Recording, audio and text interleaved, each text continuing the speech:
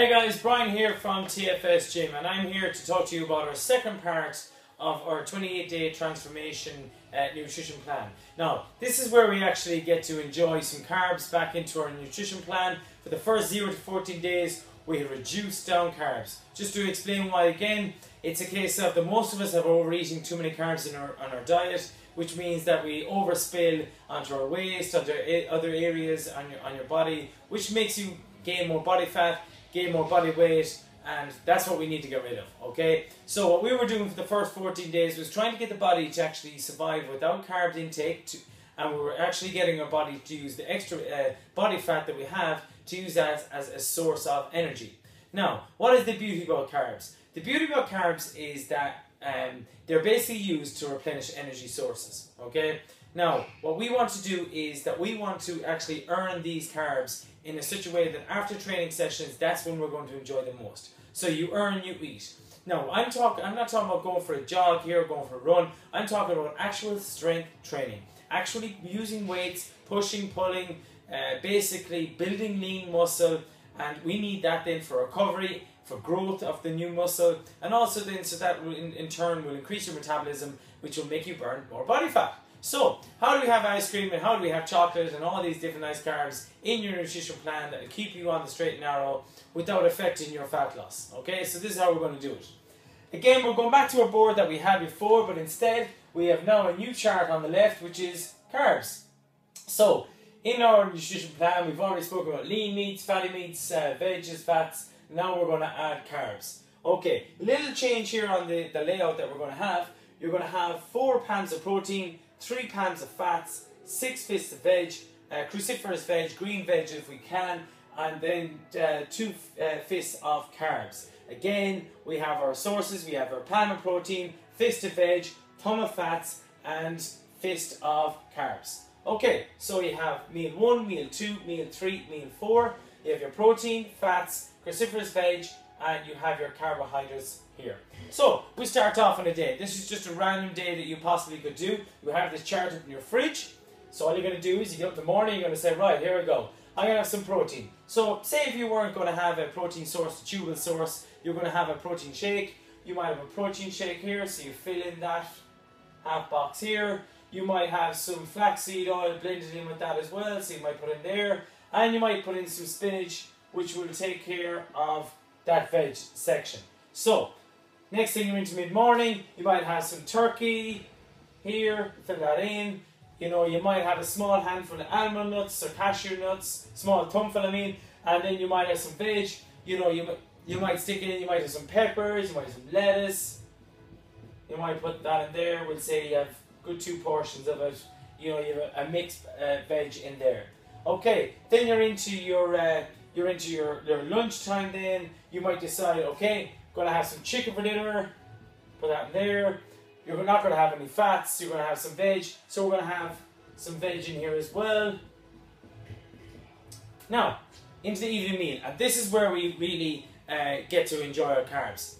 If you train hard enough and you do strength training sessions that involve you sweating hard, you know, really pushing your body 90% above your max, that's when you can have really good carbs and it won't affect your fat loss goals. You earn, you eat. That's the rule of thumb you got to look towards, okay? So, we're going to put in here, we're going to go home after a training session, have a shower, then we're going to have a protein source, you might have some salmon in here, okay?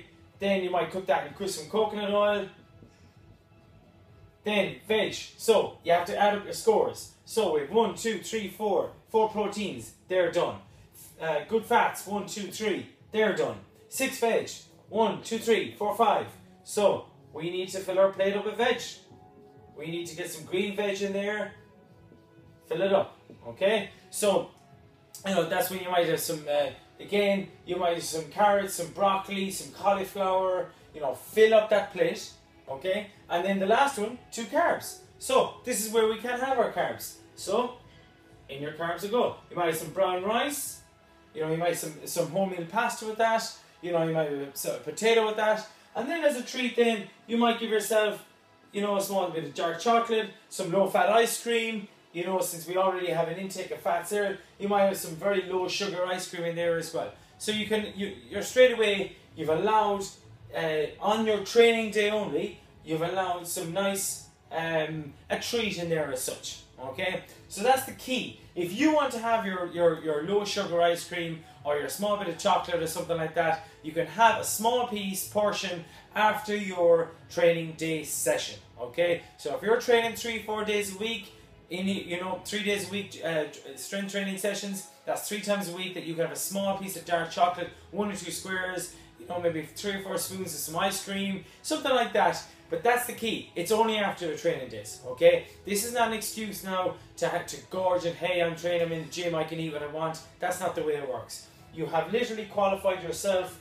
in all portions of your macronutrients. You've kept inside your range, and that is your days 15 to 28 are your fat loss journey for girls. Guys will have there's a slight change, which you'll see in the document attached, but that's basically how it's worked out.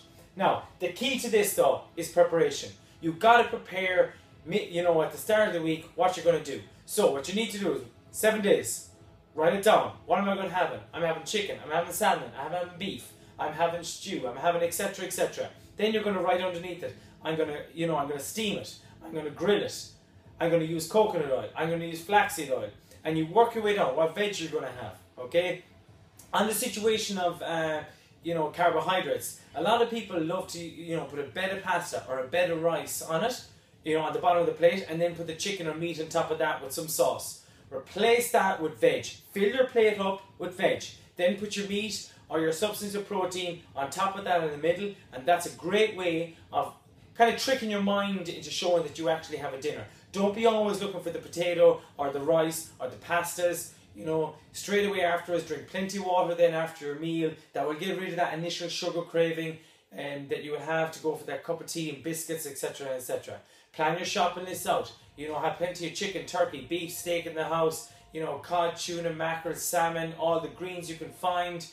We're talking peppers, onions, beetroot, broccolis, cucumbers, asparagus, spinach, fruits, blackberries, blueberries, grapefruit, avocado is great as well. Maybe throw in some apple cider vinegar in there. Have cinnamon, paprika, and turmeric in there as well. It's very good to have as herbs. Then you want almond oil, coconut oil, flaxseed oil, almond butter, extra virgin oil actually isn't too bad. And then your nuts, then your almonds, your cashews, your walnuts, your Brazil nuts, your chia seeds, all things like that. So preparation is vital for you on this fat journey, okay? Other than that, enjoy your carbs when you earn them, and you'll suddenly see your body getting more metabolically flexible. So when you go hungry, you'll start dipping into your fat cells to use that as energy, because it won't be always getting a constant supply of carbs where it'll never burn up the excess carbs that you have on your waist, etc. Okay, so that's basically it. Go through that again, you'll see the documents attached, and hopefully if you have any questions, give me a shot, we'll help you out. Okay, see you later.